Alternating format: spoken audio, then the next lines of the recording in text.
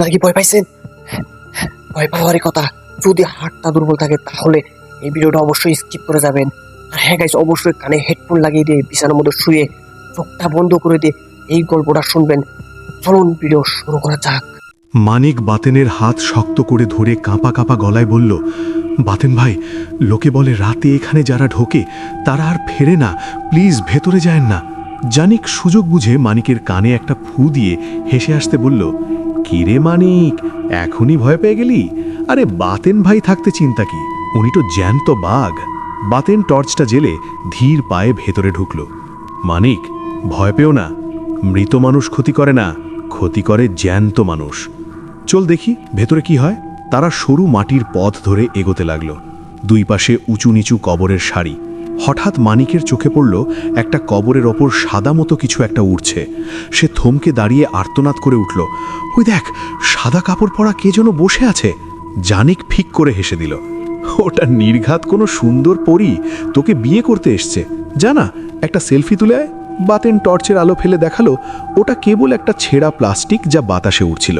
কিছুক্ষণ পর তারা গিয়ে বসল এক বিশাল পুরনো বটগাছের নিচে। জানিক এর মধ্যে সবার চোখ ফাঁকি দিয়ে একটু আড়ালে চলে গেল।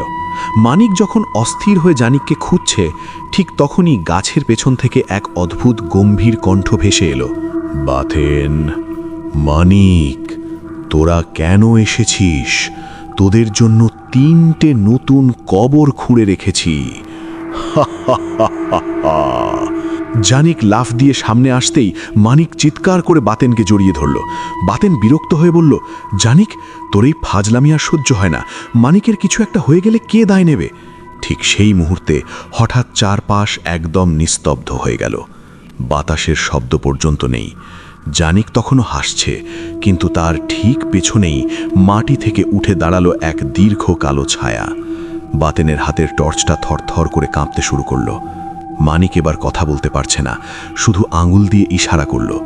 বাতেন অস্ফুট স্বরে বলল, জানিক, নড়িস না, তোর পেছনে ওটা কে?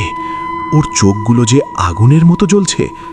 জানিক ভাবল বন্ধুরা হয়তো তাকে উল্টো ভয় দেখাচ্ছে, কিন্তু পরক্ষণেই এক ভারী আর কর্কশ কণ্ঠ গর্জে উঠল, অনেক হাসাহাসি করেছিস, তোকে 3জনের কবর খুঁড়ে রেখেছি। তোকে 3জনের ঘাড় মটকাবো, মটকে দিব আমি।